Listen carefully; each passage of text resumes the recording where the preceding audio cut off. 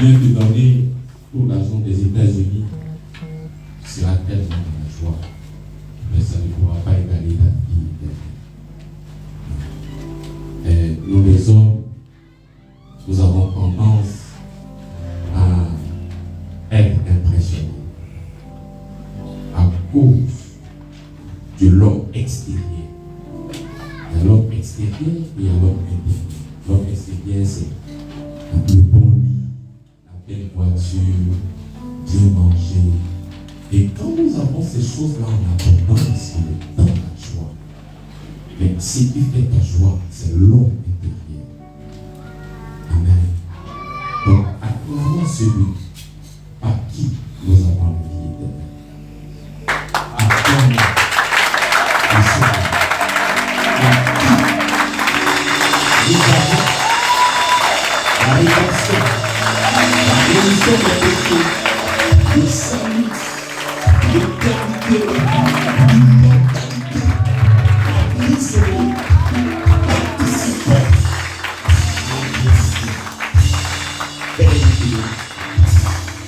Merci pour ta grâce, Seigneur. Gloire à toi, Seigneur. On peut bien reconnaissant de ton amour et de tout ce que tu fais. Gloire à toi, Seigneur. Amen. Nous avons un autre. Vous n'avez pas payé pour moi.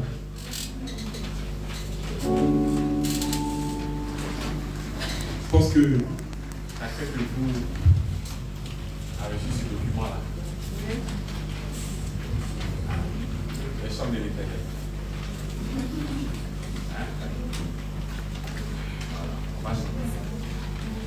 Amen. On va se lever. On va se lever. Là, on chante avec tout le cœur. Amen. Ils ne sont pas pour toi, ils ne sont pas pour le pasteur.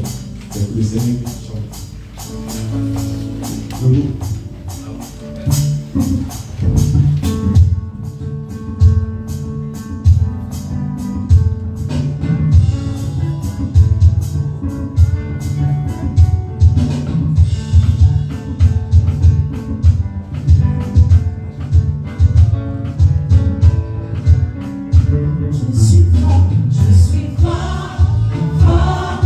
Oui, puisque vainqueur par le sang de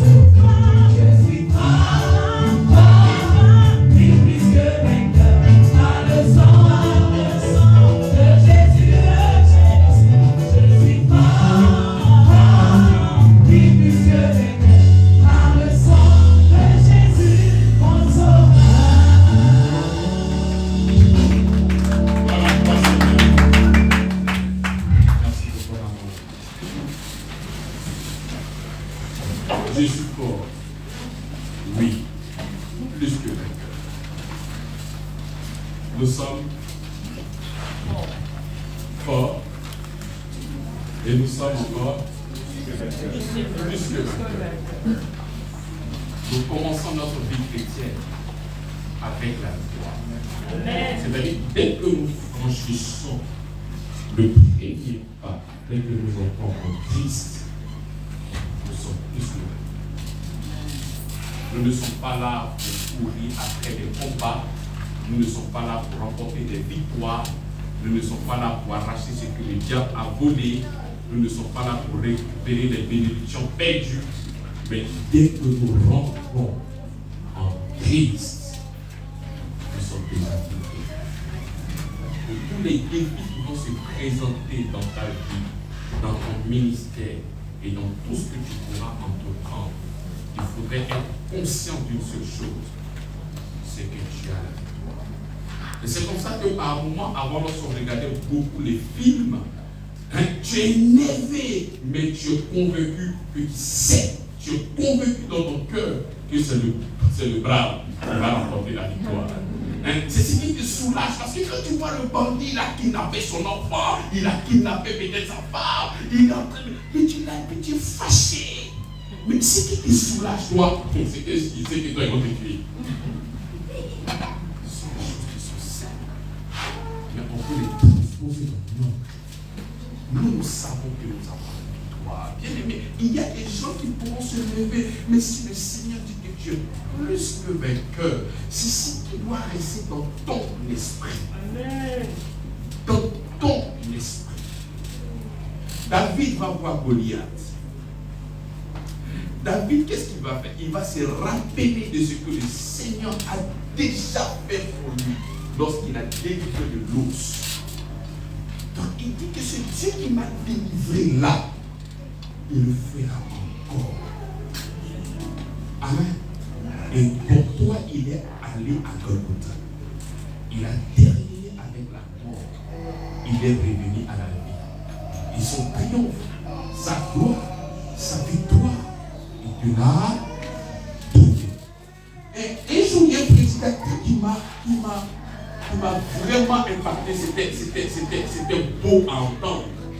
Et puis vous voyez souvent les matchs de catch. Souvent tu vois le gars, il a remporté, mais son visage est déformé. Tellement qu'il a reçu le coup.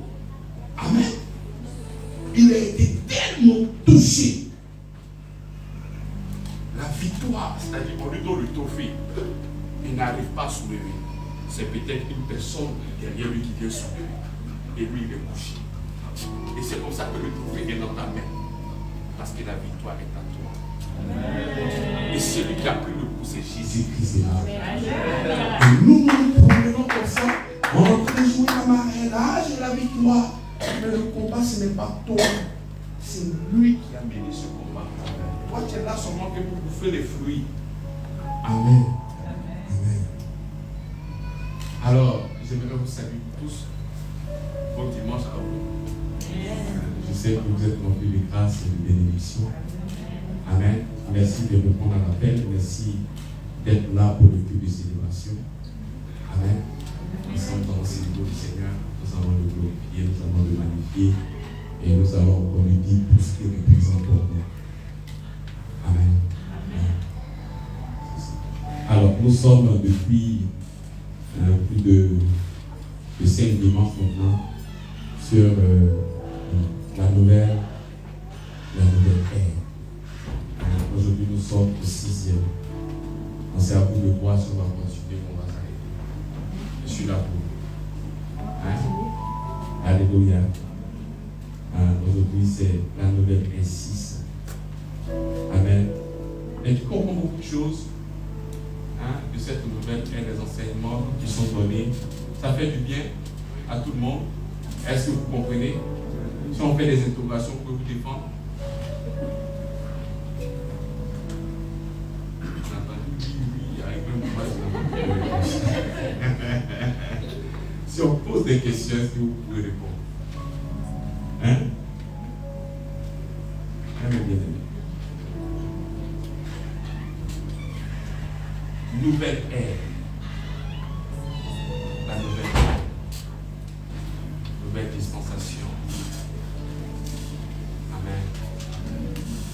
Le Seigneur dans la Bible nous révèle que Dieu s'est occupé de l'homme de plusieurs manières, à différentes périodes de l'humanité. C'est ça, quand on thème, la dispensation. Il y a eu plusieurs périodes de l'humanité. Dieu se révèle à une personne à qui il annonce un message. Amen. Et il y a eu plusieurs dispensations. On avait compté jusqu'à présent 6 dispensations. Il y avait la dispensation avec Abraham, avec Noé, avec Adam. Tout ça, on pourra les apporter comme des patriarches. Amen. Il y a eu ce temps de dispensation. Après, celle qui a précédé la dispensation dans laquelle nous sommes, c'est quoi? C'est quoi? Celle qui a précédé la dispensation dans laquelle nous sommes, c'est quoi? La loi. La loi, elle a été donnée à Moïse pour le peuple d'Israël. Contrairement aux patriarches, hein, c'était comme une dispensation d'une manière particulière. Donc, celle de Moïse, elle a été donnée pour le peuple d'Israël. Amen. Cette dispensation, la loi, a été donnée au peuple d'Israël. Ça concernait seulement que le peuple d'Israël. Il y avait des Égyptiens qui étaient là, mais ce n'était pas eux. Et c'est pour ça qu'il faut savoir que la loi a été donnée à ce peuple-là, pas à toi. Il est important de savoir ça. Hein? Amen. Dans cette dispensation, en plus de la loi, ils avaient aussi le tabernacle. Là où il fallait faire des expiations par rapport au péché. Amen. Il y avait des sacrifices et beaucoup d'autres choses. Vous me suivez? Et quand celle-là est passée, celle qui vient maintenant, c'est quoi? La dispensation de quoi? De la quoi? De la grâce. Et cette grâce-là, elle n'a pas été donnée à un peuple. Elle a été donnée à l'humanité tout entière. Hein? Cette grâce-là, ce n'est pas seulement au peuple d'Israël. Parce que la loi, ça a été donné seulement au peuple. Hein? Israël. Est-ce que vous suivez? Mais la grâce ne concerne pas que le peuple Israël, mais l'humanité tout entière. Et il y a beaucoup de personnes qui souffrent même par rapport à ça. Ils s'imaginent que Dieu, il a fait encore un cri. Il y a certaines personnes qui seront sauvées et d'autres qui ont été créées pour partir en enfer. Alors que lorsque nous prenons les textes, on voit le mot monde. Lorsqu'on voit le mot monde, quand vous allez encore en profondeur, tu vois, c'est toute la race humaine. Tout ce qui existe là, tous les hommes, quelle que soit ton appartenance, quelle que soit ta nationalité, quelle que soit la couleur de ta peau, quelle que soit ton ethnie, c'est-à-dire qu'il n'y a pas de prix. La grâce, c'est pour tout le monde. Ce n'est pas sélectif. Donc cette grâce-là, elle est répandue. Tu vas le dire autrement. Et la grâce du salut a été répandue. Amen. Amen. Et cette grâce-là, nous sommes là-dedans. Amen. Répandue pour toi et pour moi. Et c'est dans cette dispensation dans laquelle nous sommes. Et nous l'avons intitulée la nouvelle ère. Et dans cette nouvelle ère, par rapport au sang que nous venons de chanter, tu es plus que vainqueur. Dans celle que tu as précédé, c'était clopin, bon, de temps en temps. Non, mais dans là où tu es là. Non. Tu es victorieux à l'infini. Amen. Mais j'ai remarqué, bien vrai que il y avait plusieurs dispensations et chaque dispensation était autonome. Il y avait des principes, il y avait des lois qui concernaient chaque période, chaque dispensation, chaque alliance. Mais j'ai constaté qu'il y a une chose qui est immuable, qui ne change pas. C'est-à-dire, quelle que soit la dispensation dans laquelle tu te trouves jusqu'à cette dispensation-là, cette loi-là, elle ne disparaît pas. Et aujourd'hui, ça sera notre centre de la prédication. Amen. Qui est avec moi? C'est quoi ça? La loi qui n'échappe au point à aucune dispensation. C'est un principe immuable. Si c'est avec Abraham, ça a été là. Avec Adam, ça a été là. Avec Noé, ça a été là. Avec Moïse, ça a été là. Et encore dans la grâce, c'est encore là. Je dis, mais tu ne peux pas banaliser ça. Non, non, non, non. C'est pas possible. Comment ça? Votre esprit est en train de pourrir.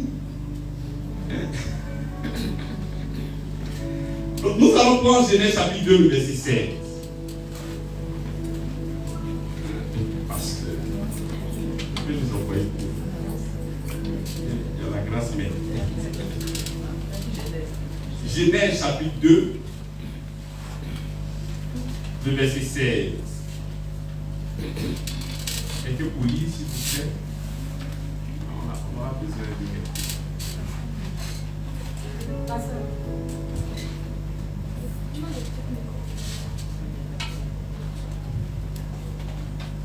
Genèse chapitre 16, Genèse chapitre 2, le verset 16. Genèse 2, verset 16. L'Éternel Dieu donna cet ordre à l'homme. Tu pourras manger de tous les arbres du jardin. Le Seigneur et l'Éternel Dieu donna cet ordre à l'homme. Tu pourras manger de tous les arbres du jardin. Continuez pour verset 17.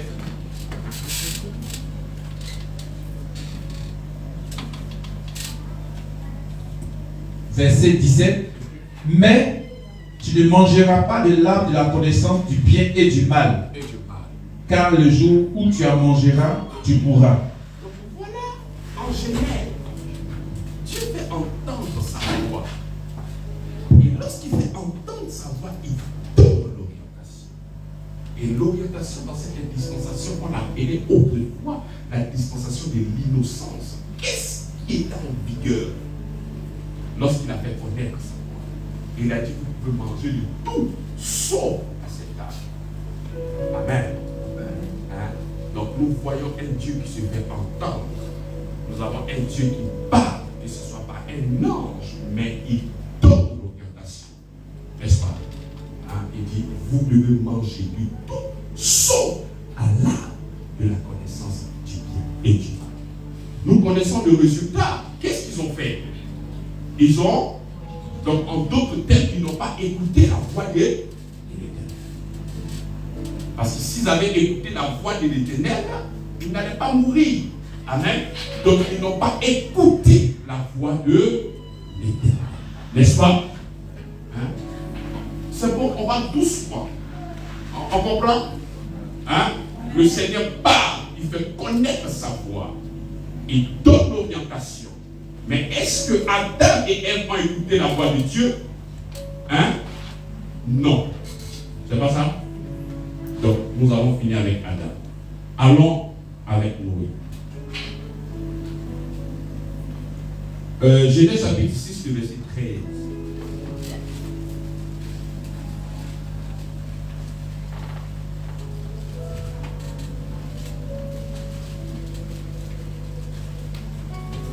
Genèse 6, verset 13. Alors Dieu dit à Noé, la fin de toute chair est arrêtée par les 20 mois, car ils ont rempli la terre de violence. Voici, je vais les détruire avec la terre. Verset 14. Fais-toi une hache de bois de gopher. Tu disposeras cette hache en cellules et tu l'enduiras de poids en dedans et en dehors. Amen. Voici, la terre est remplie de péché. La Bible là-bas dit que le péché était tellement à son paroxysme que Dieu en avait marre.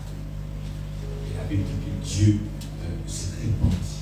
Et Dieu, il avait tellement marre. Il s'est dit, ah mais je m'en vais le péché là. Tellement qu'il avait marre. Mais dans ce chaos, dans cette difficulté, dans ce péché qui avait atteint son paroxysme, la grâce vient toucher qui? Noé. Et qu'est-ce que Dieu dit à Noé? Qu'est-ce qu'il dit dit à Noé. Il dit, alors Dieu dit à Noé, la fin de toutes choses est arrêtée par mes mois, car ils sont remplis sur la terre de violence. Voici, je vais détruire la terre. Fais-toi une hache. Dieu fait connaître encore sa voix à Noé. Et quelle est l'orientation qu'il donne à Noé? Il dit que la terre sera détruite. Donc pour que tu puisses subsister sur cette terre-là, qu'est-ce qu'il y a lieu de faire? Une hache. Même si tu n'as pas les capacités requises pour une activité, celui qui est en toi, il est plus fort que toute chose. Il te donnera les moyens. Il te donnera les moyens. Il ne faut arrêter de dire que je ne peux pas. Tu peux tout à celui qui te fortifie. Noé, il avait déjà vu une vision de bateau. Est-ce qu'il avait déjà construit quelque chose? Il a déjà été une fois architecte? Rien. Mais avec le Seigneur, tout est possible. Arrête de dire que ça là, je ne peux pas. Non. Parce que quand tu dis que tu ne peux pas, effectivement, c'est par rapport à toi. Mais toi, tu n'es plus seul parce que Christ habite en toi. Et quand il habite en toi, si tu as la révélation de l'habitation, tu ne peux pas dire que si tu ne peux pas. Ne fais pas le croisement avec l'homme, mais fais le croisement avec lui aussi. Donc il faut encore connaître sa voix à Noé. Est-ce que Noé va écouter ce que Dieu va dire? Est-ce qu'il a écouté? Il a écouté, il a fabriqué l'arche. C'est ça l'arche. Et il a été sauvé lorsque le déluge est arrivé. Il a même annoncé cet évangile-là aux gens de son époque. Mais les gens n'ont pas considéré. La pluie n'était jamais tombée. Toi, tu as venu dire que l'eau va venir inonder la terre. Et ce que tu dis là, mais c'est n'importe quoi, c'est pas la vérité. Ils n'ont pas cru. Et Hébreu va dire que c'est comme ça que Moïse condamna le monde lorsqu'il avait la porte de l'arche. Amen. Donc, voici encore, le Seigneur va faire connaître sa voix. À qui? À Noé. Voici ce que je compte faire sur cette terre-là. Je vais remettre tout à zéro. Mais il y a un lieu de fabriquer l'arche pour que tu sois sauvé toi aussi. Mais s'il n'écoutait pas, est-ce qu'il allait te sauver? Non. Donc nous voyons qu'avec Adam, il a donné l'orientation, il n'a pas mangé. Ils ont mangé, ils ont eu des problèmes de santé. Avec Noé, il a dit, la terre sera détruite par l'eau. Donc ce qu'il y a lieu de faire, qu'est-ce qu'il y a lieu de faire? Il faut construire l'arche là-bas pour que tu sois sauvé, toi. Il obéit lui ou non? Donc il obéit à la voix. Et nous allons voir que c'est par Noé et ses enfants que non, on a repeuplé le monde parce qu'on a vu Dieu encore donné cette bénédiction. Multipliez-vous et remplissez la terre. Et c'est comme ça qu'ils sont rendus jusqu'à Dieu m'appelle et ainsi de suite. Amen.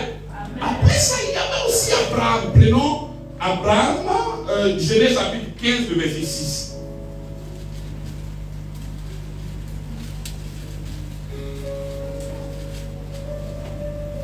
Genèse 15, le verset 6.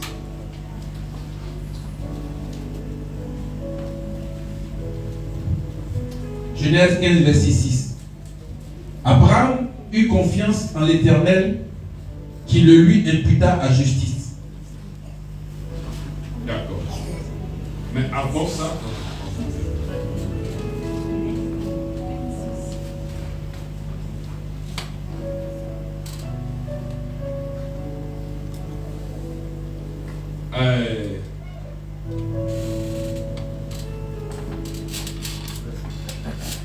à partir du verset 4. Alors, la parole de l'Éternel lui fut adressée ainsi. Ce n'est pas lui qui sera ton héritier, mais c'est celui qui sortira de tes entrailles et qui sera ton héritier. Et après l'avoir conduit dehors, il lui dit, regarde vers le ciel et compte les étoiles. Si tu peux les compter, si tu peux les compter. Et il lui dit, telle sera ta postérité. Abraham eut confiance en l'Éternel qui le lui imputa à justice. Amen. Amen. Et avant même que cette justice-là ne vienne, Dieu va se révéler à Abraham et il va lui donner une orientation en lui disant, quitte la maison de ton père, va le lieu où je te montre. Dieu encore veut connaître sa voix à qui? Est-ce qu'Abraham a écouté ce que Dieu lui a dit? Hein?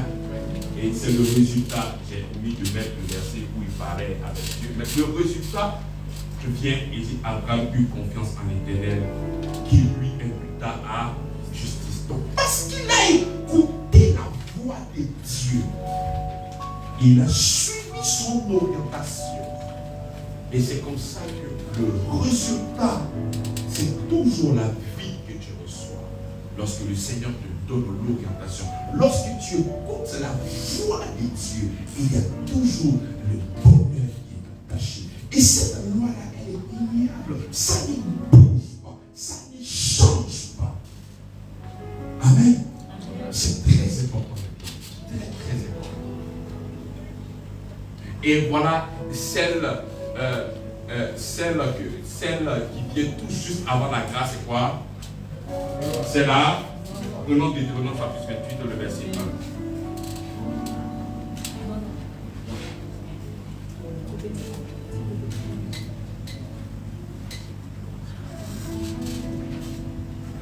1. Deutéronome 28, le verset 1er. Si tu obéis à la voix de l'Éternel ton Dieu, Si tu obéis à quoi? à la voix de l'Éternel ton À la Dieu, voix de l'Éternel ton Dieu. Si tu obéis à la voix de l'Éternel. Continue. en observant et en mettant en pratique tous ces commandements que je te prescris aujourd'hui, l'Éternel ton Dieu te donnera la supériorité sur toutes les nations de la terre. Donc là encore, la voix de l'Éternel se fait encore entendre lorsque la loi a été promulguée. Donc nous voyons à chaque fois la voix de l'Éternel qui est là, qui donne l'orientation. C'est vrai que chaque alliance, elle est différente. Mais cette loi-là ne change pas. Avec Abraham, c'était la promesse. Ça n'a rien à voir avec la loi de Moïse. Hein? Avec Abraham, c'était une dispensation, c'était assez particulière, individuelle. Avec Noé, avec aussi Adam. Mais dans chaque période, Dieu fait entendre. Dieu fait entendre quoi? Dieu fait entendre quoi?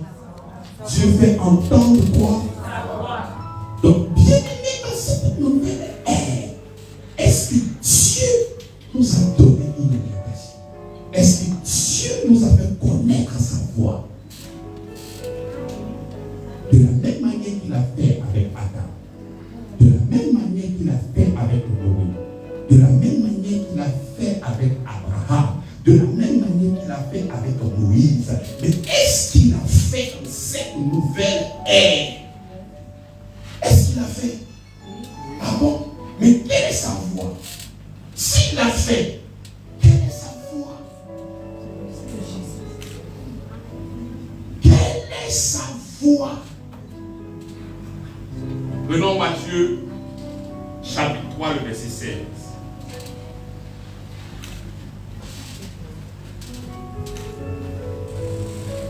Matthieu chapitre 3, le verset 16. Matthieu 3, verset 16.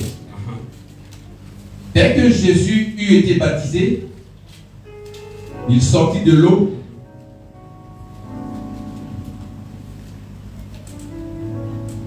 Dès que Jésus eut été baptisé, il sortit de l'eau.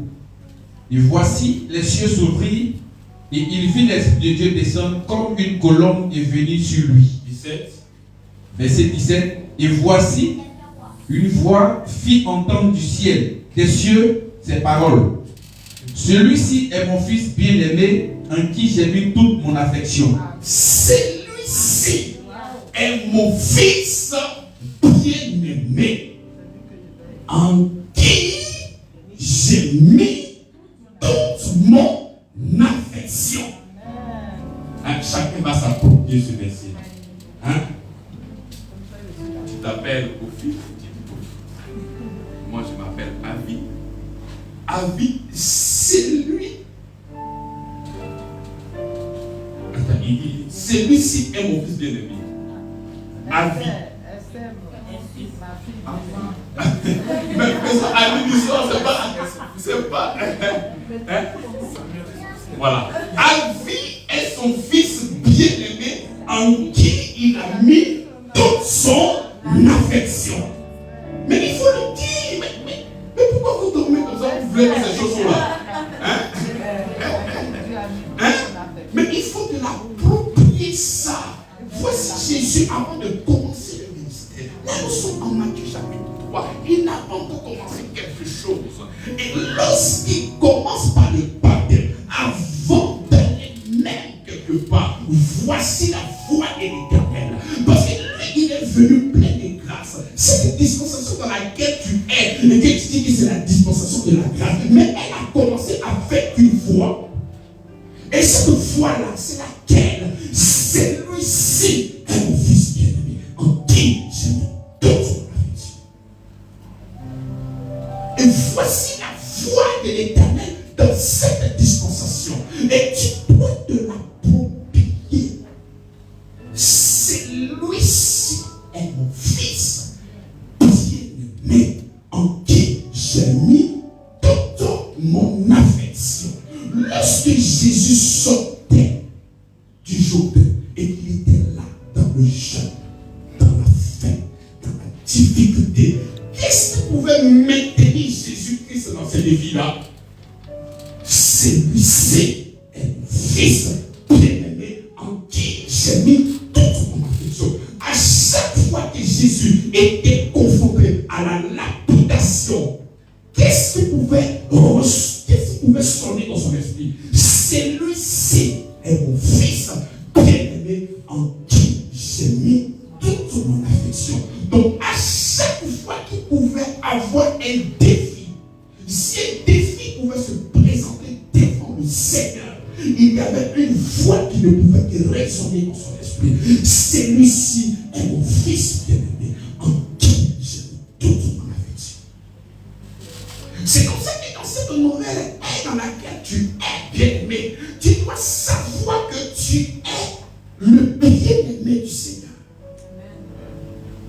Cette parole-là, elle est à toi. Lorsque tu te retrouves devant des difficultés où il n'y a pas de solution, tu vois que tout est chaotique, mais ce qui doit résonner dans ton esprit, celui-ci est mon fils bien-aimé en qui j'ai mis toute mon affection. Lorsqu'on te dit que tu as une maladie incurable, c'est en ce moment-là que tu dois te rappeler, celui-ci est mon fils bien-aimé en qui j'ai mis toute mon affection. Il faut savoir que ce verset-là est pour toi. Le Seigneur encore fait entendre sa voix dans le livre de Jean. Et Jésus n'a pas rétorqué en disant, cette voix se fait entendre à cause de vous, pas à cause de vous. Donc lorsque le Seigneur était en train de parler, c'était à cause de vous.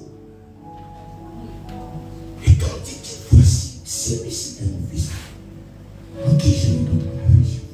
Bien-aimé, tu dois te l'approprier.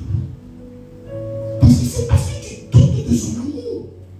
Lorsqu'il y a des difficultés, tu te lamentes. Lorsqu'il y a des difficultés, tu pleures. Lorsqu'il y a des difficultés, tu es inquiet. Lorsqu'il y a des difficultés, tu cours à gauche et à droite. En réalité, tu doutes de son amour. Tu doutes. Alors que s'il y a une parole qui nous a été donnée lorsque nous étions en train de rentrer dans cette grâce-là, cette parole-là, c'est celui-ci est mon fils bien-aimé en qui j'ai toute mon affection.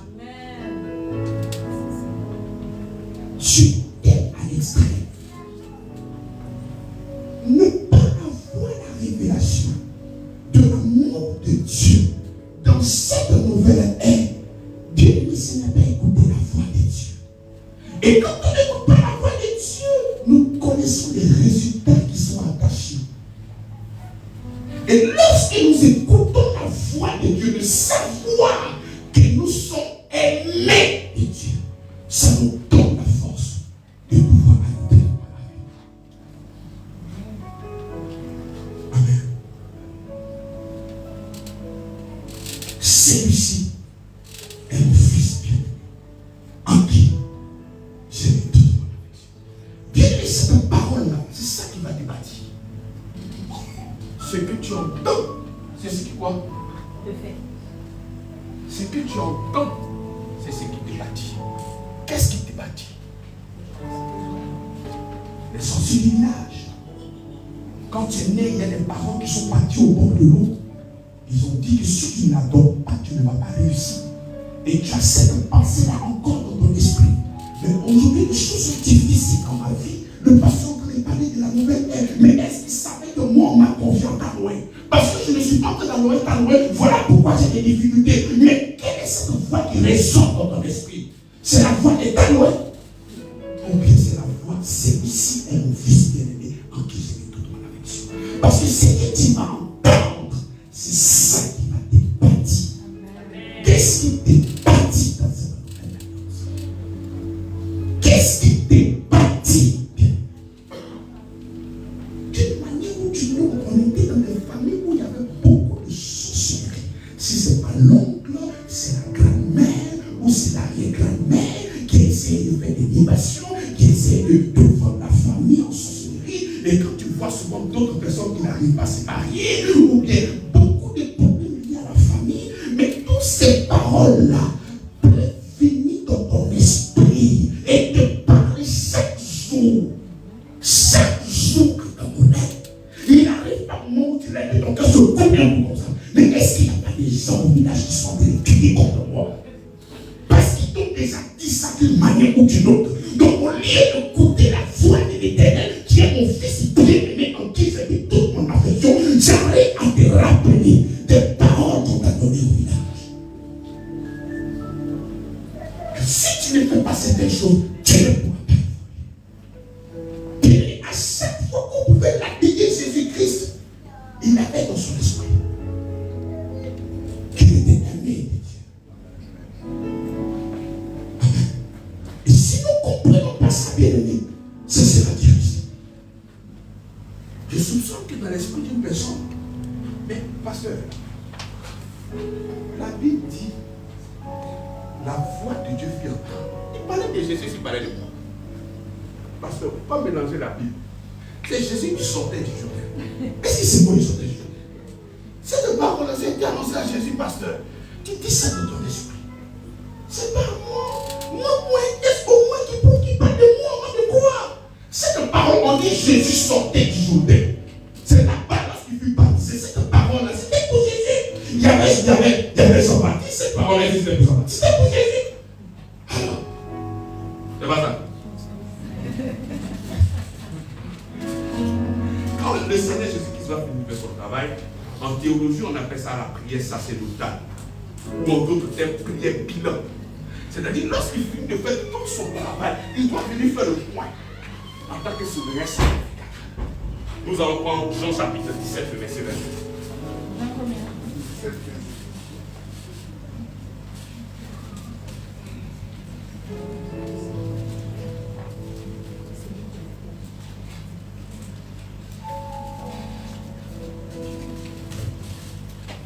Jean chapitre 17, verset 22.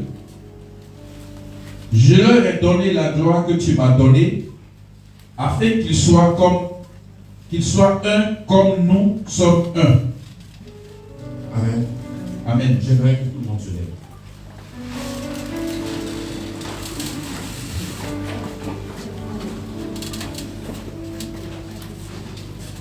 Le verset 23, chacun sa Bible. Amen. Hein? Amen. Chacun sa Bible. Amen. On va lire le verset 23 ensemble. Verset 23. Moi en eux, toi en moi, afin qu'ils soient parfaitement un, et que le monde connaisse que tu m'as envoyé et que tu me as aimé comme tu m'as aimé. Tu es aimé au même niveau que Dieu a aimé Jésus sur cette terre. Pas plus, pas moins. De la même manière que Dieu a aimé Jésus sur cette terre-là. Il dit, a fait quoi?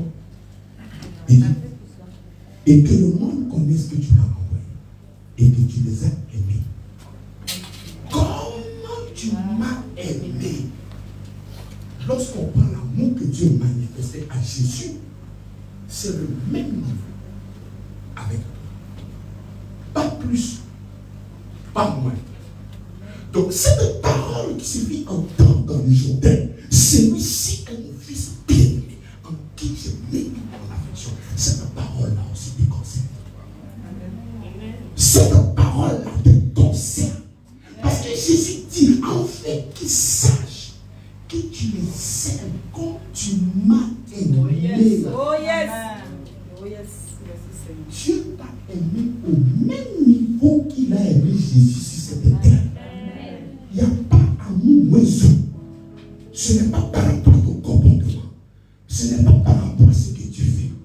Mais il dit, en fait, que le monde sache que tu m'as aimé.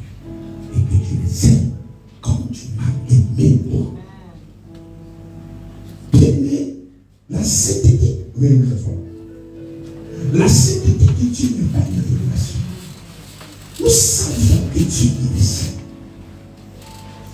La puissance de Dieu n'est pas une révélation. Nous savons que Dieu est puissant. Mais l'amour de Dieu est une révélation. Parce que les gens ne savent pas que Dieu est saint. Les gens ne savent pas. Les gens doutent de son amour. Les gens doutent de l'amour de Dieu. Les gens doutent de son amour. Il est doute. Bien, ce verset-là, ce n'est pas moi qui l'ai écrit. Jean 17, 23, ce n'est pas moi. C'est Jésus qui tente de lui faire la prière sacerdotale.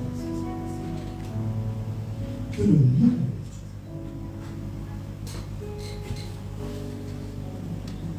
enfin qu'il soit parfaitement parfait et que le monde connaisse. Il n'a pas dit et que les Israélites et que les Juifs et que les Américains et que ton pasteur, non. Le monde sache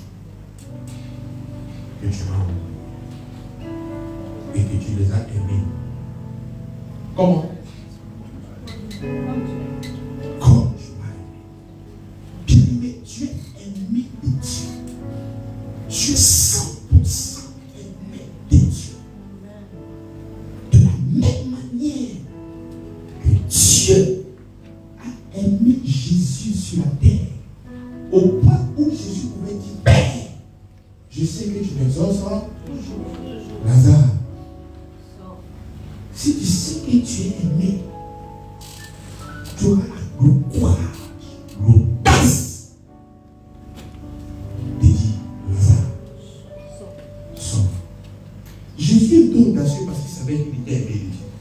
Et il sait que tout ce qu'il allait demander à son Père allait lui donner. Lorsque tu rentres dans la prière, est-ce que tu rentres avec cette audace-là? Ou bien tu rentres avec une série d'inquiétudes, de craintes, de doutes, une personne irrésolue? Lorsque tu es une personne irrésolue, cela montre que l'amour de Dieu n'est pas enraciné et fondé en toi. C'est en cela qu'il y a la crainte et la peur. Lorsque l'amour est installé véritablement, mais il est dit en Jean, il dit l'amour parfait parmi la crainte. Lorsque tu vois que tu es enraciné et fondé dans la crainte, laisse-moi parler à ton cœur. C'est parce que tu doutes de l'amour de Dieu. Tu doutes. Accepte, ça fait mal. Mais c'est la vérité. Tu doutes de son amour. Tu te dis que tu aimes d'autres personnes. Pourquoi? Mais si toi-même tu doutes déjà de son amour, mais qu'est-ce qu'on peut faire pour toi? Aujourd'hui, la parole de Dieu parle à ton âme, parle à ton esprit. Dieu t'aime comme il a aimé Jésus sur la terre. Pas plus, pas moins. Ne regarde pas ton comportement, à cette addiction dans qu'au point où tu arrives à une conclusion, Dieu ne m'aime pas. Non, je dis que Dieu t'aime. Quelle que soit cette addiction qui te fatigue. C'est honteux. Oui, c'est vrai. Mais il t'aime tel que tu es. Nous sommes dans ce monde. Tu as épousé ta femme par rapport à certaines choses que tu as vues. Tu dis, ah, elle est bien. Toi, ton amour est conditionné. Mais l'amour de Dieu, lui aussi l'a regardé. C'est parce que tu es pourri qu'il a choisi de t'aimer. Pas parce que tu es bon. Mais toi qui as choisi de te marier, tu as choisi de partir avec une personne parce que tu as vu un bon fond. Mais Jésus a choisi de t'aimer parce que tu t'es gâté. Est-ce que vous voyez la nuance? Est-ce que vous voyez le contraste? C'est pas des fois, avant de faire business, un gars, est-ce que le gars est honnête? Donc toi, tu as plein de formes où tu télécharges les gens dans ta base de données, tu regardes s'ils sont bien. Mais lui, avant de télécharger, est-ce que tu es mauvais? Quel amour! Et arriver à une absurdité au point où tu vas dire que non, c'est parce que je fais ça que Dieu ne m'aime pas. Mais qu'est-ce que toi tu pourrais faire pour que Dieu puisse t'aimer? Qu'est-ce que toi tu peux faire pour que Dieu puisse t'aimer? Mais c'est avec un homme que tu vas essayer de lui faire des cadeaux, des présents. C'est avec une femme que tu vas essayer de charmer. Mais qu'est-ce que tu vas faire pour Dieu pour qu'il t'aime? Non, il faut me dire. Tu vas venir lui donner l'argent?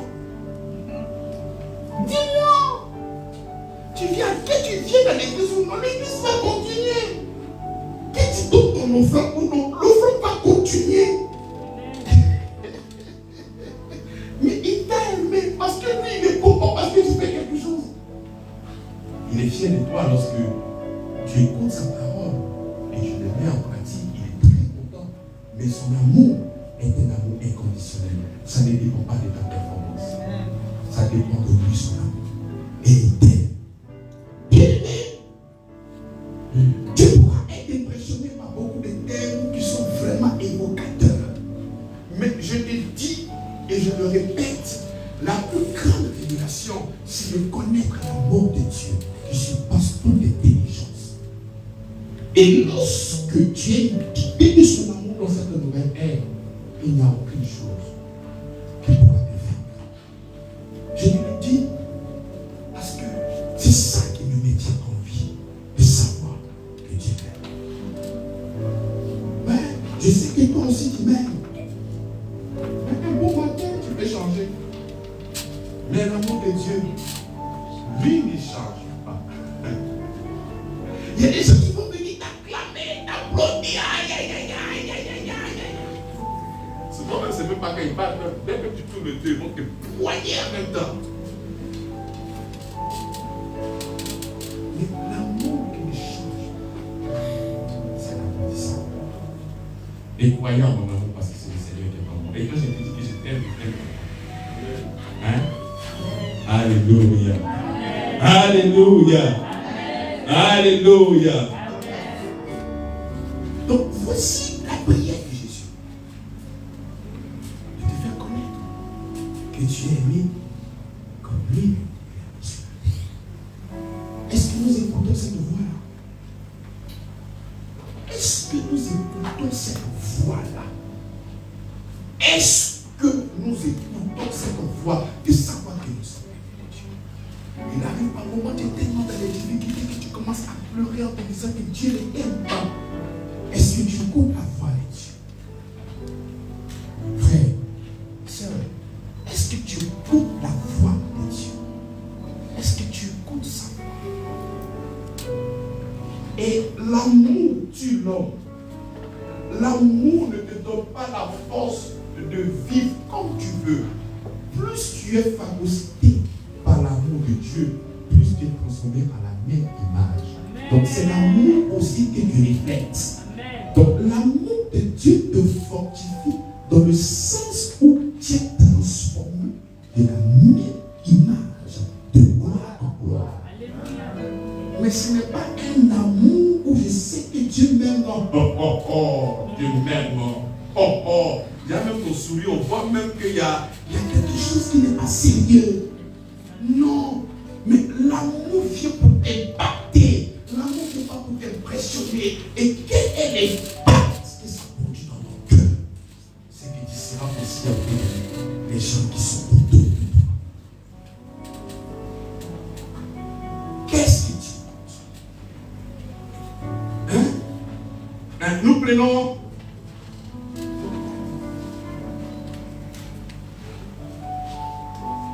Nous prenons Matthieu, chapitre 17, le verset 5.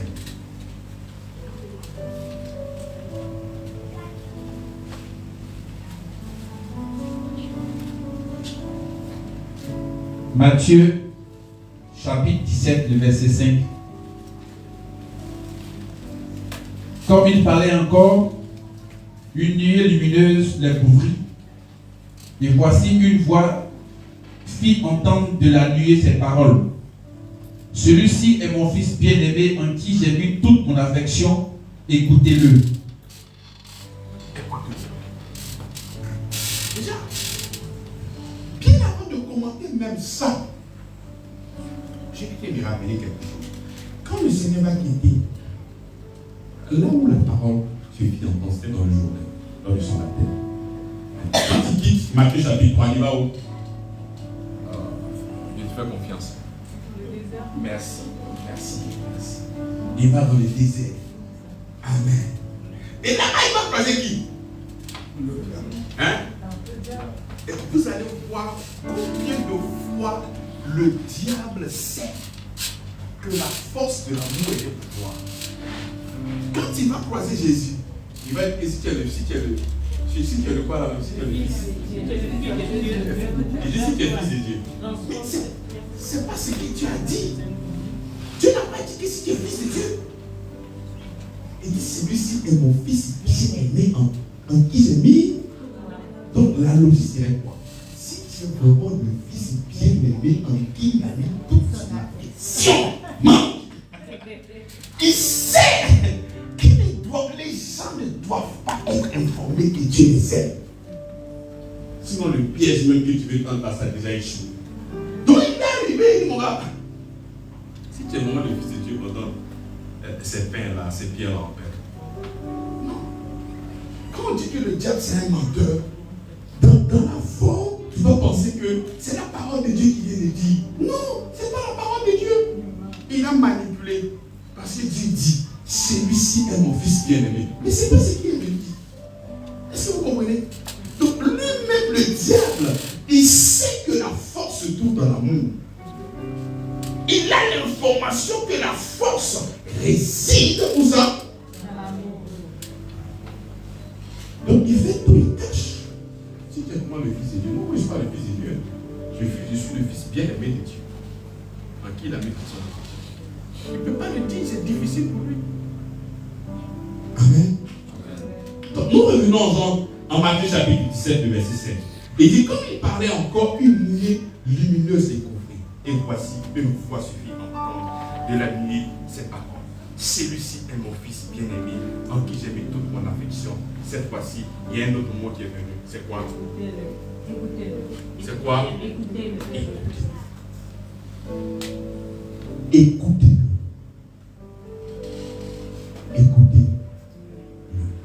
Mais il est très important de rappeler les faits historiques. Jésus à la montagne de transfiguration. Il y a deux personnes qui viennent s'entretenir avec Jésus. Qui sont ces deux personnes-là? Élie et Moïse représentait quoi? La loi. Élie représentait quoi? Oui, les prophètes. Oui, je suis d'accord aussi avec toi, la puissance, le feu. Donc il y avait Moïse et Élie. Et ces deux gars-là, papa, c'était sérieux. C'était sérieux. Tu ne peux pas être juif et ne pas considérer ces gars-là. C'était des images emblématiques. Et Moïse, la Bible déclare qu'on ne pouvait même pas regarder son visage. Et Pierre était là. Quand Pierre était là, la Bible déclare que pendant, j'aimerais dire à une personne spécialement, ne permets pas qu'on dise n'importe quoi si ta vie. Non, ce n'est pas une question de je suis trop spirituel. La Bible déclare que pendant qu'il parlait, Dieu est venu arrêter cette mascarade. Arrête-toi, arrête de dire n'importe quoi. Ah alors je suis trop spirituel, ça fait que... Non, ne permets pas qu'on te dise tout. Arrête les gens. Jésus connaissait ce principe-là. Et si c'est passé encore lorsqu'ils sont venus arrêter Jésus-Christ. Et puis non, c'est là qu'il n'arrivera pas. Il dit, arrête de mon Satan, arrête ça, arrête. C'est pas, il ne peut pas le frapper, sinon. Il allait le frapper. Il dit, arrête de mon Satan. Non, il ne faut pas laisser prospérer tes paroles dans ta vie. Amen. Non. Ça n'a rien à voir, non, Dieu. Non, non, non. Il y a des choses que tu ne dois pas laisser prospérer. En tout cas, de ton vivant. Si on dit certaines choses, non. Et même encore chez vos enfants. Non, ne permettez pas. Tu vois quelqu'un à la maison, toi là, et puis va dire à ton enfant, toi là, tu es. Et puis tu laisses et puis tu ris. Non, il y a des choses. Non, c'est pas normal. Non. Elle avait dit, quand il parlait encore, c'est-à-dire il vient de faire sortir n'importe quoi. Et il n'est pas content. Il continue avec des claviers une nuit. Mais qu'est-ce qui s'est passé? Il voit Moïse, Jésus et Élie. Il met tous ces trois personnages sur un pied d'égalité. Construisez-les alors trois tentes. C'est-à-dire, il y a trois tentes, il y a trois cœurs, il y a trois pensées. Construisez les trois ensemble pour que chacun puisse habiter. Non, non, non. Si Dieu avait laissé ça passer, c'était fini. Nous, les gens de cette ère-là, on a dit non que comme la grâce devait venir, Jésus a appelé Moïse. Moïse, on fait comment? Voilà, il doit introduire un peu les rites. Il a appelé Élie, bon, on fait comment? On tient un peu le feu.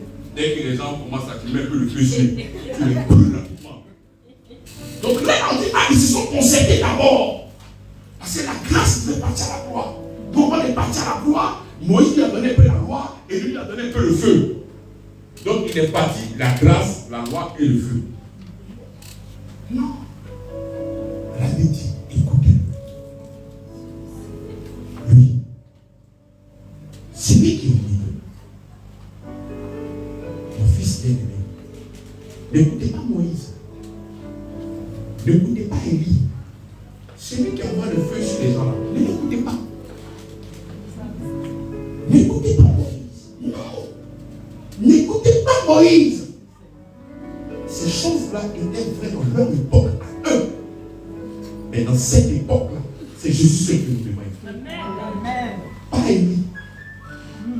Pas Moïse. Quel que soit le mal qu'on nous fait, arrêtez de mettre le feu sur les gens. Ça n'est même pas le cœur rempli d'amour et de grâce. Amen. Arrêtez de mettre le feu sur les gens. C'est vrai, je sais que souvent même vous vous laissez emporter quand vous mettez le feu sur les gens. Je sais. Il n'y a pas besoin de le dire. Je sais. Mais arrêtez de mettre le feu. Ce n'est pas votre image. Le Seigneur ne nous a pas montré le feu qu'on met sur les gens. Non.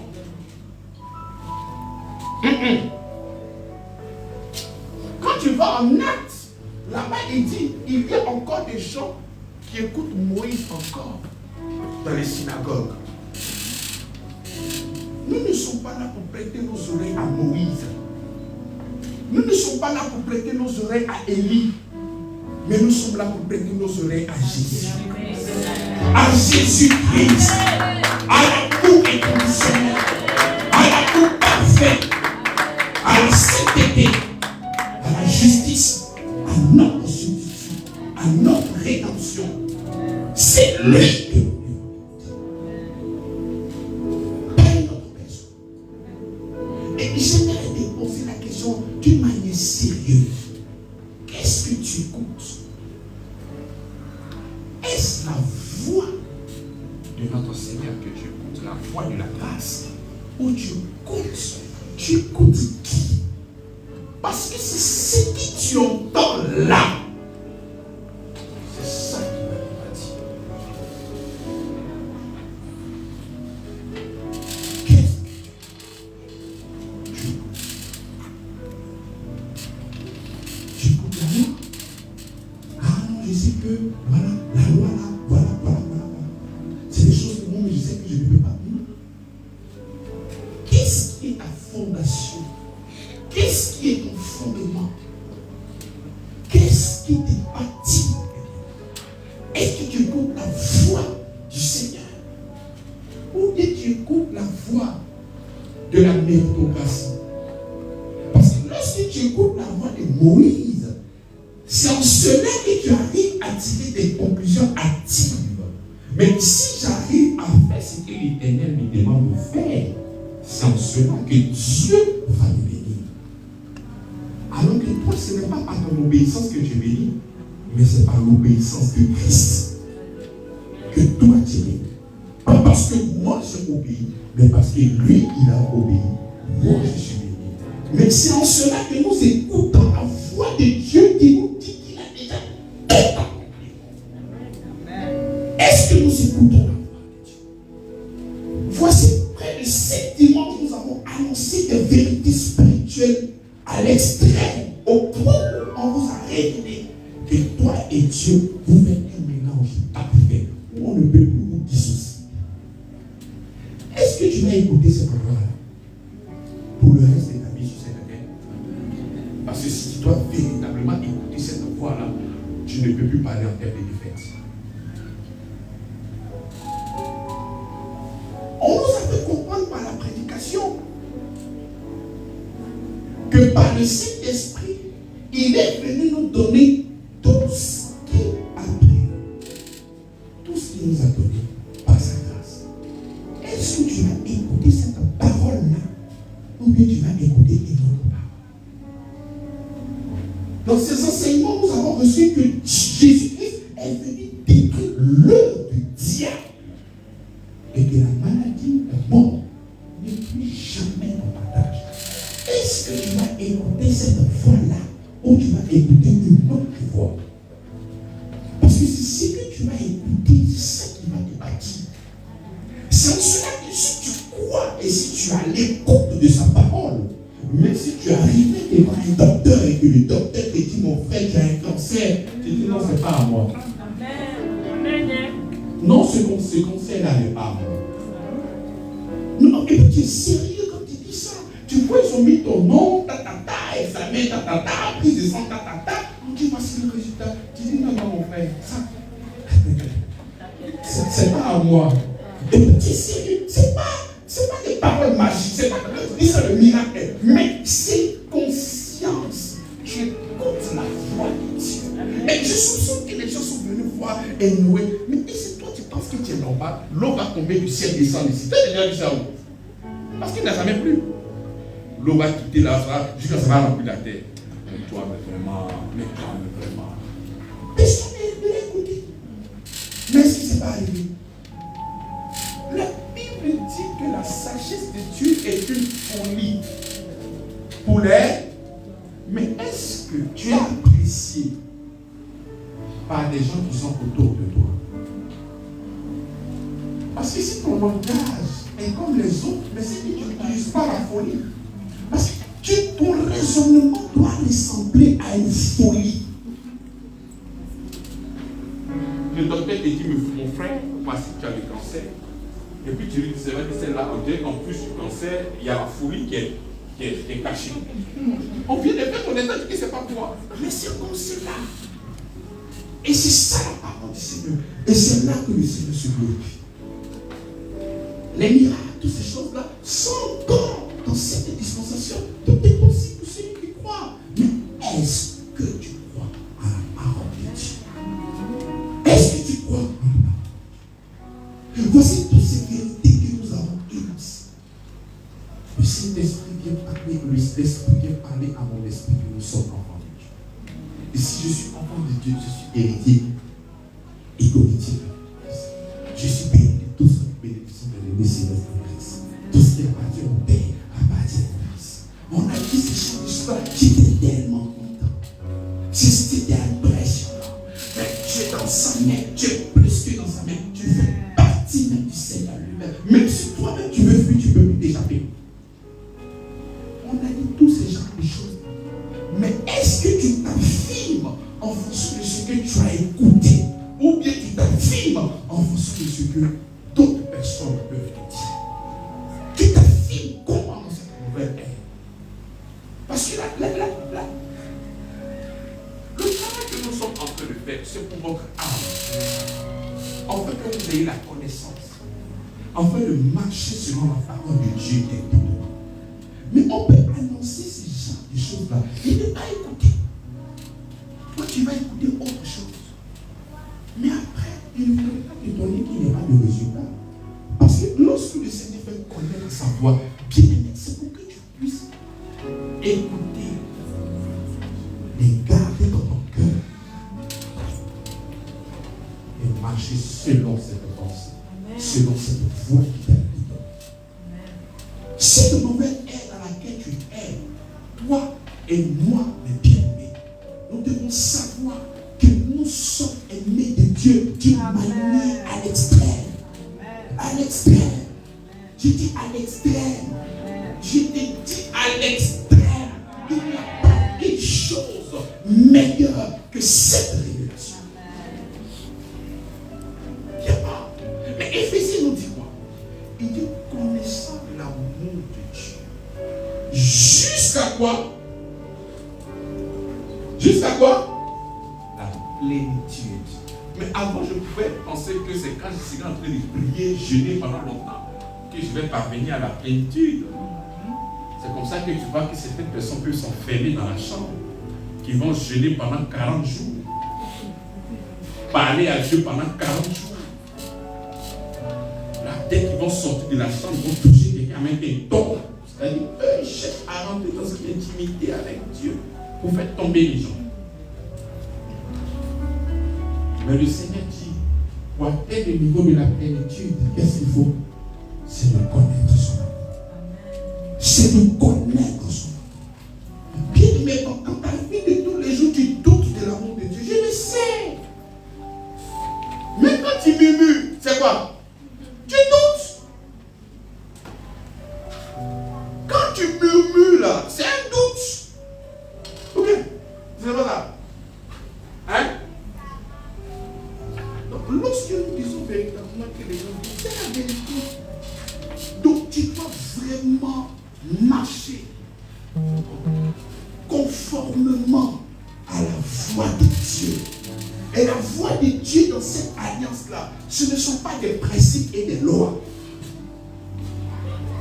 C'est de savoir que Dieu t'aime. Alléluia. Dans cette ère, c'est de savoir que Dieu t'aime. Quel que soit le niveau de ton péché, quel que soit le lieu où tu es rentré, même si tu as fait des choses graves, des sacrifices, des choses terribles, l'amour de Dieu est répandu pour tout le monde. Et Dieu ne t'aime pas parce que toi tu es bon, il t'aime parce que lui il est bon. Rien de toi, tout de lui. Amen. Donc dans chaque dispensation, depuis le début de l'humanité, Dieu ne change pas. Il fait connaître ça. Et sa voix en ce matin, c'est qu'il t'aime. Bien aimé, c'est qu'il t'aime. Il faut garder ça qui peut profond de ton cœur. Lorsqu'il y a des difficultés, tu sais, il y a des difficultés qui peuvent vraiment te faire abandonner. Il y a des mariages qui peuvent te faire abandonner. Il y a des trahisons qui peuvent te faire abandonner. Au point où tu vas réclamer la mort. Lorsque vous regardez souvent des gens qui se sont suicidés, oh regarde, ma foi qui est mort. C'est un choc émotionnel à l'extrême. C'est difficile. Ne pensez pas que c'est facile. Imaginez le gars, elle était dans quel état. C'était pénible. Nous ne sommes pas en train de justifier son comportement. Mais il faut comprendre que c'est vraiment difficile. Et le remède, c'est quoi? C'est de connaître l'amour de Dieu. Le remède, c'est quoi? Tu es malade. Ta tête, ton ventre, tes os, tout ne va, rien ne va dans ta vie. Mais ce qui pourra te donner le miracle, c'est de savoir que Dieu m'aime. Les gens vont se lever contre toi pour te faire de la méchanceté, des choses horribles. Mais ce qui est dans ton esprit, je sais que Dieu m'aime. Et parce que tu sais que Dieu m'aime, tu as l'assurance, tu as l'audace. Je préfère l'assurance là, c'est un peu petit. Tu as l'audace de regarder cette maladie qui est dans ton corps et de dire que parce que Dieu m'aime, toi, tu n'as pas raison d'être là. Tu n'as pas raison d'être là. Parce que l'amour de Dieu nous subjugue, l'amour de Dieu nous presse, l'amour de Dieu nous presse de part et d'autre. Alléluia. Que le Seigneur bénisse sa parole. Merci Seigneur. Nous allons nous lever pour prier.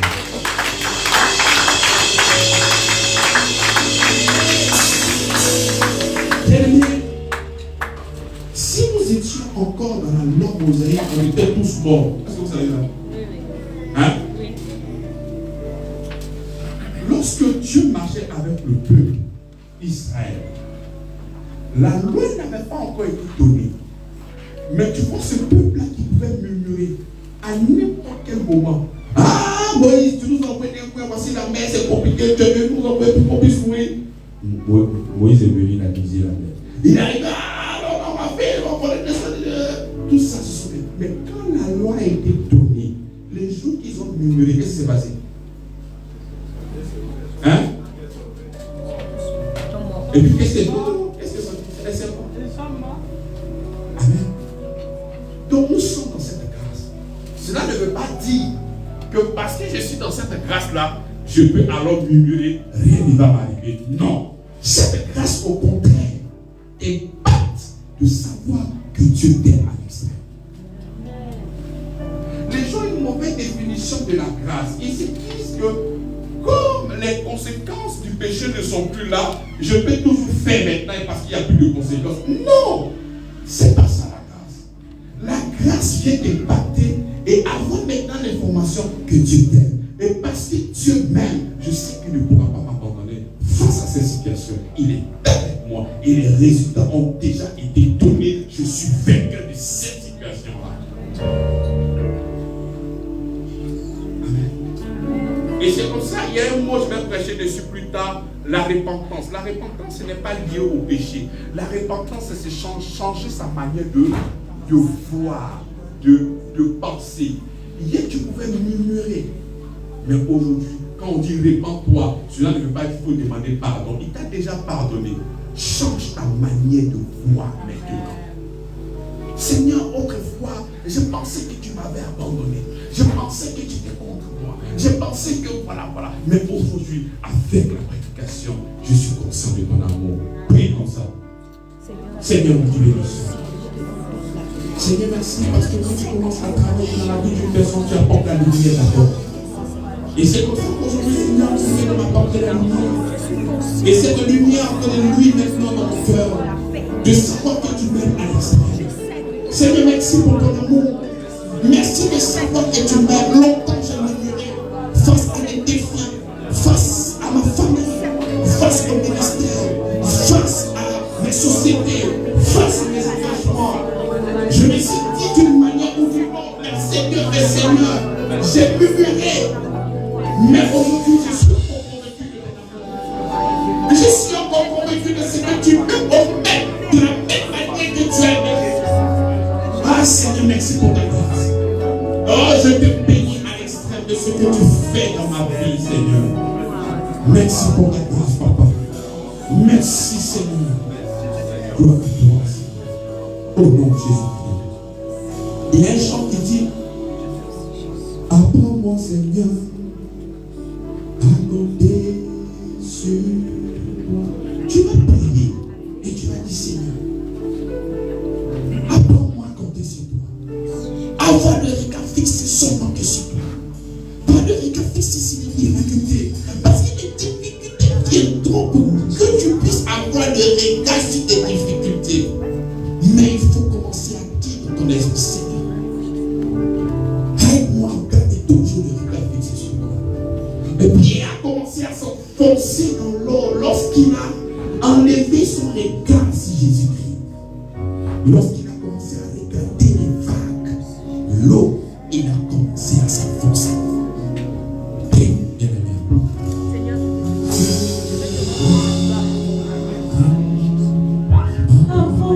Seigneur, à compter sur toi. Seigneur, merci. Apprends-moi, Seigneur, à compter sur toi. Même quand les difficultés viennent, Seigneur, ton amour me presse. Même quand l'amour ne s'est levé contre moi, ton amour m'apporte à la vie.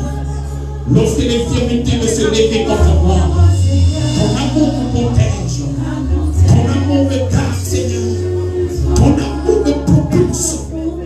Lorsque les choses se mettent contre moi, et Seigneur a tenté à ma vie, a tenté à la vie de mes enfants, a tenté à son ministère, Seigneur.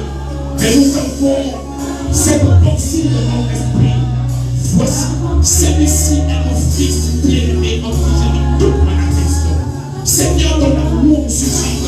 Seigneur, ton amour me donne la force de pouvoir marcher, quelles que soient les présents flammés de l'ennemi. Ton amour me conditionne, ton amour me donne la force, ton amour me suffit, ton amour nous enfourne, ton amour nous galvanise. Rien que ton amour nous protège contre les vents, contre le coronavirus, contre les maladies, contre les balles perdues, contre le chômage, contre la faim, contre le non-accomplissement, contre l'infertilité. Seigneur, ton amour, ton amour, ton amour, ton amour, rien que ton amour, rien que ton amour. Lorsque la maladie s'élève dans les âmes de ce ministère, Seigneur, ton amour, parce que tu nous as aimés, parce que tu nous aimes. Seigneur, la maladie n'a pas le droit d'être ici. Nous sommes un peuple saint, un peuple acquis. La maladie n'a pas le droit d'être ici. La maladie n'a pas le droit, parce que là où il y a l'amour, là où il y a l'amour, il y a la grâce. Là où il y a la grâce, il y a la plénitude. Là où il y a la grâce, il y a l'éternité. Là où il y a la grâce, il y a l'immortalité. Là où il y a la grâce, il y a la vie sauvée. Lorsque les gens se lèveront contre nous pour attenter à la vie de quelqu'un ici présent, j'annonce que l'amour de la vie, l'amour des conditions, l'amour du Seigneur te protège au-delà des frontières, quelles que soient les attaques qui s'élèveront contre toi. L'amour de Dieu te blesse maintenant, l'amour te fait maintenant, l'amour te garde maintenant. Aucune flèche, aucune tentation, aucun problème, aucune difficulté pourra avoir raison sur l'amour du Seigneur. Rien, rien, rien. Ce travail naturel à cause de l'amour de Dieu. Ce marché que tu cherches, au bout du doute, tu te dis que toi seul tu ne pourras pas, effectivement, toi seul tu ne pourras pas. Mais il y a une personne qui est en toi, et cette personne c'est Jésus. L'amour de Dieu est en toi. Ce mot-là, ce mal-là, cette difficulté-là disparaît maintenant au nom de Jésus-Christ. Gloire à toi, Seigneur. Merci, Seigneur. Gloire à toi, Seigneur. Nous allons bénir le Seigneur. Nous allons lui dire merci par les acclamations pour son amour. Pour ta bouche, nous allons te l'acclamer. Dis-lui Seigneur merci pour ton amour. Dis-lui Seigneur merci parce que ton amour me garde. Dis Seigneur merci parce que ton amour me protège. Seigneur merci parce que ton amour me nourrit. Ton amour me préserve. Dis-lui avec ton cœur. Dis-lui avec ton cœur. Dis-lui avec ton cœur. Ce marché-là est en toi. Cette société-là est en toi. Ce mariage-là est en toi. Ce enfant est parfait, là il est en toi. Cette femme douce est parfaite, là elle est en toi. Cet enfant intelligent, là il est en toi. Cet enfant en bout de grâce et bénédiction, il est en toi. Ce talent là est en toi. Cette bénédiction là est en toi. Cette guérison là est en toi. Cette église de guérison là est en toi. Cette maladie là est en toi. Maintenant au nom de Jésus-Christ. Au nom de Jésus-Christ. Au nom de Jésus-Christ. Merci Seigneur. Merci Seigneur. Alléluia. Gloire à toi, Papa. Merci pour ton amour. Merci Seigneur.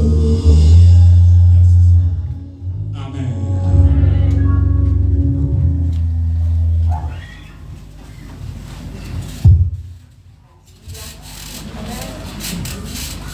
Alléluia. Nous allons dire merci à Dieu pour la parole, pour son amour extravagant, pour son amour exagéré. Nous sommes conscients maintenant de l'amour de Christ. Nous n'avons plus peur. La Bible dit que l'amour parfait bannit la crainte. Nous sommes confiants. Et au travers de cette parole, nous allons dire merci à Dieu pour sa parole. Prions le Seigneur. Seigneur, nous voulons te dire merci. Nous voulons te rendre toute la gloire pour cette merveilleuse parole. Papa, pour cette nourriture que tu nous as donnée. Merci, parce que nous sommes conscients de ton amour pour nous. Nous sommes conscients de cet amour exagéré, de cet amour inconditionnel, de cet amour extravagant pour nous. Nous n'avons plus peur.